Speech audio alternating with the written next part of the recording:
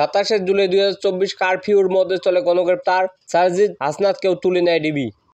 27 July curfew জারির 8ম দিন চলছিল। দিনের কারফিউ শিথিলের সময় রাস্তায় যানবাহন সারি দেখা যাচ্ছিল, তাতে মনে হচ্ছিল যেন স্বাভাবিক হচ্ছে দেশ, কিন্তু আসলে কি তাই? ভেতরে ভেতরে কিছু একটা চলছিল। 26 জুলাই 3 সমন্বয়ক নাহিদ ইসলাম, আসিফ মাহমুদ ও বারেককে তুলে নিয়ে যায় গোয়েন্দা পুলিশ ডিবি। পরের দিন নতুন করে হাসনাত আবদুল্লাহ ও সাজিদ আলমকেও তুলে নিয়ে যাওয়া হয়।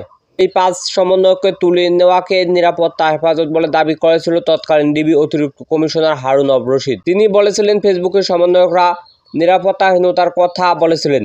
কেউ যদি আইন শৃঙ্খলা বাহিনীর কাছে নিরাপত্তাহীনতার কথা বলে, তাহলে তাদের নিরাপত্তা দেওয়া আমাদের দায়িত্ব। এইদিকে দেশজুড়ে তখন গণগ্রেপ্তার চলছে। মাত্র কয়েকদিনে সারা দেশে কয়েক হাজার আন্দোলনকারীকে গ্রেপ্তার করা হয়। বেছে বেছে আন্দোলনে অংশ নেওয়াদেরকে চিহ্নিত করা হচ্ছিল। তবে আইন শৃঙ্খলা বাহিনীর কৌশলটি ধরতে পারে সেদিন বিকেলেই সংবাদ সম্মেলন করে বাইরে থাকা বৈষম্য বিরোধী ছাত্র আন্দোলনের সমন্বয়করা।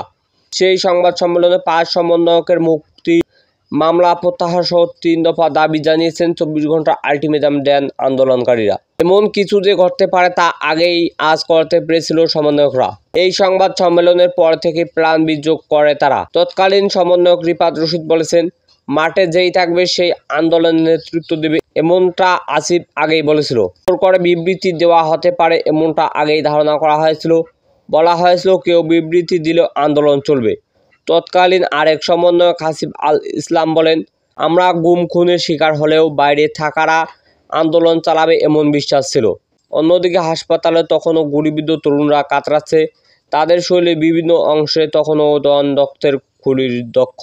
অথচ সেই অবস্থাতে ইট পাটকেলের মধ্যে শেখ হাসিনার মায়া কান্না চলছে। সেদিন সেতু ভবন ও দুর্যোগ ব্যবস্থাপনা অধিদপ্তর পরিদর্শনে যান শেখ হাসিনা। চলে দায় এড়ানোর চেষ্টা। শেখ হাসিনার পাশাপাশি আন্দোলনের মূল ঘটনা ভিন্ন দিকে ঘুরিয়ে দিতে তখন ভিন্ন ব্যস্ত তৎকালীন আওয়ামী লীগ সরকারের অন্যান্য মন্ত্রীরা। সাবেক মন্ত্রী হাসান মাহমুদ বলেছিলেন, আমাদের কাছে তথ্য, ভিডিও ও ছবি রয়েছে, তদন্ত করে জড়িতদের প্রত্যেককে আইনের আওতায় আনা হবে। তখন জনগণকে বোঝা হচ্ছিল সব স্বাভাবিক হচ্ছে, অন্যদিকে গোপনে আন্দোলনের জঙ্গি তৎপরতা তমাক্ষা দেওয়ার পায়তারা চলছিল।